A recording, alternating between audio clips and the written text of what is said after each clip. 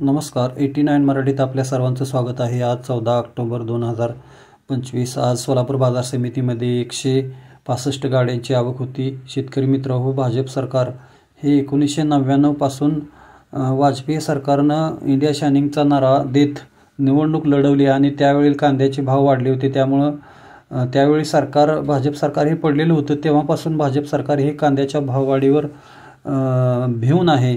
आज ही आगामी निवडणुका डोळ्यासमोर ठेवून भाजप सरकार सध्या कांद्याचे भाव नियंत्रणात ठेवत आहेत. अशातच राजस्थान, गुजरातमधून काही दिवसामध्ये कांदा मार्केटमध्ये येण्याच्या मार्गावर असल्याचं काही व्यापाऱ्यांनी सांगितलेलं आहे. त्यामुळं उद्याची दिवाळी ही शेतकऱ्यासाठी कडू ठरणार आहे. त्यामुळं शेतकरी बांधवांनी शेतकरी संघटनेच्या माध्यमातून आता सरकारकडे अनुदान मिळण्यासाठी प्रयत्न केले पाहिजेत. तरच शेतकऱ्यांना यावर्षी त्यांचा उत्पादन खर्च निघणार आहे.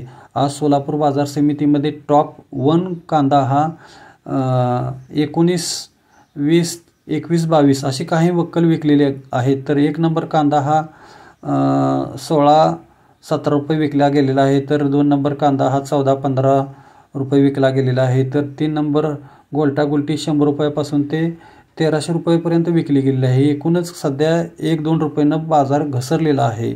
नमस्कार.